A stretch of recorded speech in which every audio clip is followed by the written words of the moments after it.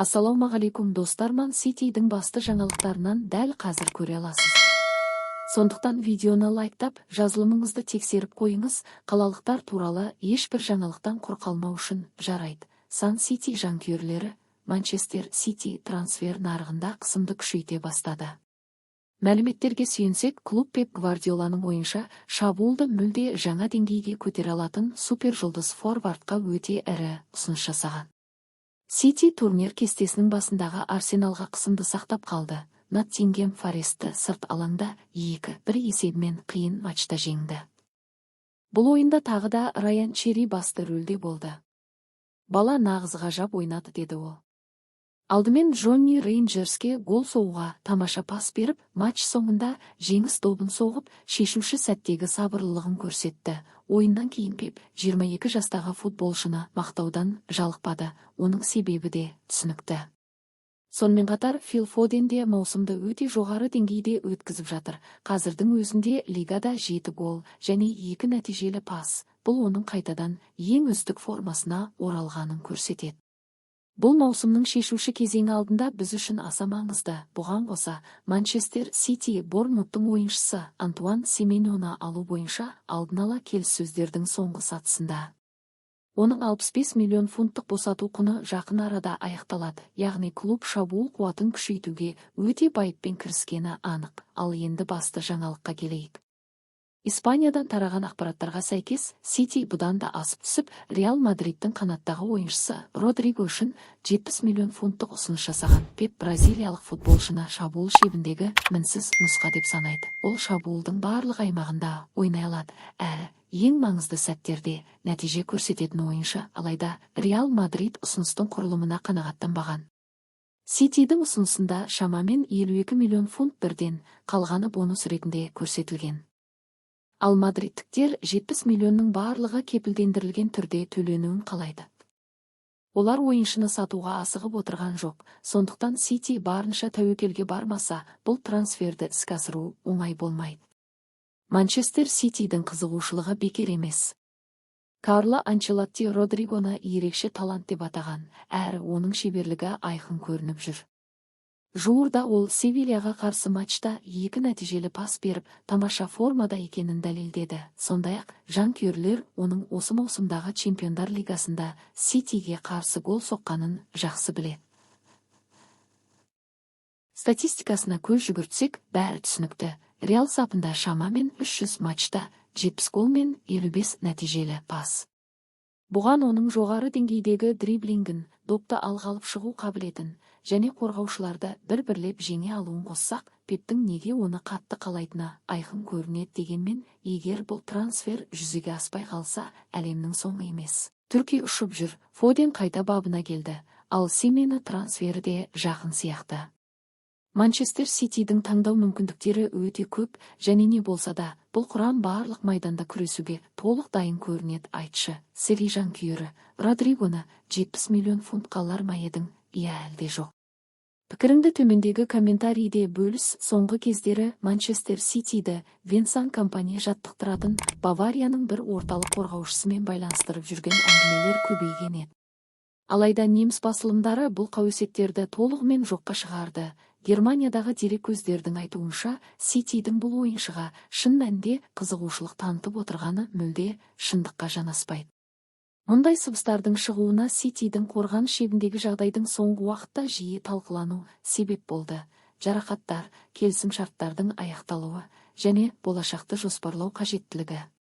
Сондықтан көпшілік Пептің келесі таңдауы кім болатынын үнемі болжай бастайды. Ал Гвардиола доппен еркін ойнайтын, жоғары линиямен әрекет ете алатын орталық қорғаушыларды жақсы көретіндіктен, Еуропадағы кез келген топ деңгейдегі қорғаушы автоматты түрде Ситимен байланыстырылып жатады.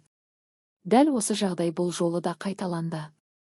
Бавариядағы компания иелігіндегі қорғаушылардың бірі қысқа уақытқа Ситидің ықтимал нысанасы ретінде аталып өтті де, әңгіме тез тарап кетті.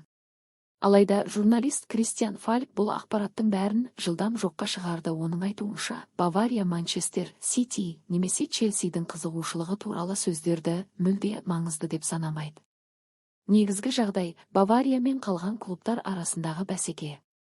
Неміс алыбы бұл ойыншымен жаңа келісім шартты реттеуге басымдық беріп отыр. Егер бәсеке туындаса, ол Ситиден гөрі Реал Мадрид немесе Пари Сен-Жермен тарапынан болуы мүмкін. Соған қарамастан, барлық белгі бұл француз футболшысының Баварияда қалып, жаңа келісім шартқа қол қоятынын көрсетіп отыр. Сондықтан Сити жанкүйерлері үшін бұл ойыншы жақын арада келетін трансфер емес деуге болады. Оның орнына, соңғы мәліметтерге сәйкес, Ситидің назары Кристал Пеластың капитаны Марк Гихиге ауған сияқты. Ол әлдеқайда шынайы нұсқа ретінде жиі атала бастады. Қаңтардағы трансферлік терезе жақындаған сайын, Ситидің әрекеті әдеттегідей салмақты әрі есеппен жасалып жатқандай. Ешқандай дүрбелең жоқ, асығыстық жоқ, тек мұқият жоспарлау. Дегенмен, назар аударатын бір жағдай бар. Нейтан Аке, алда әлем чемпионаты жылы келе жатыр, ал оның ойын уақыты шектеулі. Сондықтан тұрақты ойнау үшін басқа нұсқаларды қарастыруы мүмкін. Қазірше, Бавария бағыты тағы бір жоққа шыққан қауесет. Ал сен, Сити жанкүйері, Сити бұл қорғаушыны қумағанына қуанасың ба? Ойынды комментарийде жаз. Ал енді тыңда, Сити фан. Райан Черк сенбі күні Ноттингем Форестке қарсы сырт алаңда өткен 2-1 есебіндегі аса маңызды жеңістен кейін ерекше көтеріңкі көңіл күйде болды. Ол жолдағы тағы бір маңызды 3 ұпайдан кейін барлық командадастарын ерекше атап өтті. Бірінші тайм өте тартысты өтті, екі команда бірін-бірі бейтараптандырды. Ал үзілістен кейін Сити мүлде басқа қарқынмен шықты. Шешуші сәтте Джонни Рейнджерс Түркидің мінсіз пасынан кейін қақпашы Джон Викторды сабырмен алдап өтіп есеп ашты. Бұл оның лигадағы қатарынан 2 ойында соққан екінші голы болды. Тағы да солай болды, Түрки оқиғаның дәл ортасында жүрді. Дегенмен Форест берілмеді. Олар жылдам қарсы шабуылмен жауап беріп, Амара Хатчинсон соққан гол арқылы есепті теңестірді. Сол сәттен бастап City Ground стадионында шиеленіс шегіне жетті. Атмосфера күрт қызды, ойын тартысты әрі бейберекет сипат ала бастады. Бір ұпайға келісуге тура келетіндей көрінді. Бірақ бұл үрейге берілмейтін Сити. Тағы да ең шешуші сәтте Түркия алға шықты. Лионнан жазда ауысып келген 22 жастағы футболшы қазан айында жарақаттан оралғалы бері керемет формада.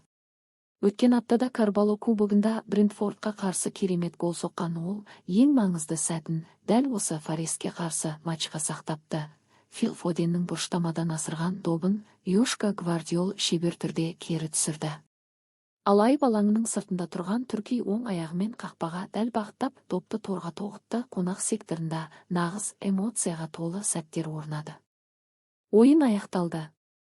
Әдемі де, жеңіл де болған жоқ. Бірақ чемпиондық тағдырын дәл осындай жеңістер шешеді. Манчестер Сити Арсеналдың өкшесін басып келеді. Әрі Пеп мұндай қиын матчтардағы нәтижелердің қаншалықты маңызды екенін жақсы біледі. Түрки қысқа уақыттың ішінде ақ Ситидің шабуылының жүрегіне айналды. Ол ойынды байланыстырып, Холланд, Фоден және Рейнджерс секілді ойыншылардың барынша ашылуына мүмкіндік беріп жүр. Матчтан кейін Түрки ойынның қаншалықты ауыр өткенін айтып, тапсырманы орындағандарына командасымен мақтанатынын жеткізді. Сондай-ақ ол Холландпен болған бір қызық сәтті де бөлісті. Голдан кейін норвегиялықтың медитация стиліндегі қуануын қайталағанын айтты. Сөйтсе, олар бұл туралы апта бойы әзілдесіп жүрген екен. Ал Түрки үшін бәрі қарапайым. Жеңу және ұпай алу. Енді Манчестер Сити жаңа жыл күні Сандерлендке қарсы ойнайды.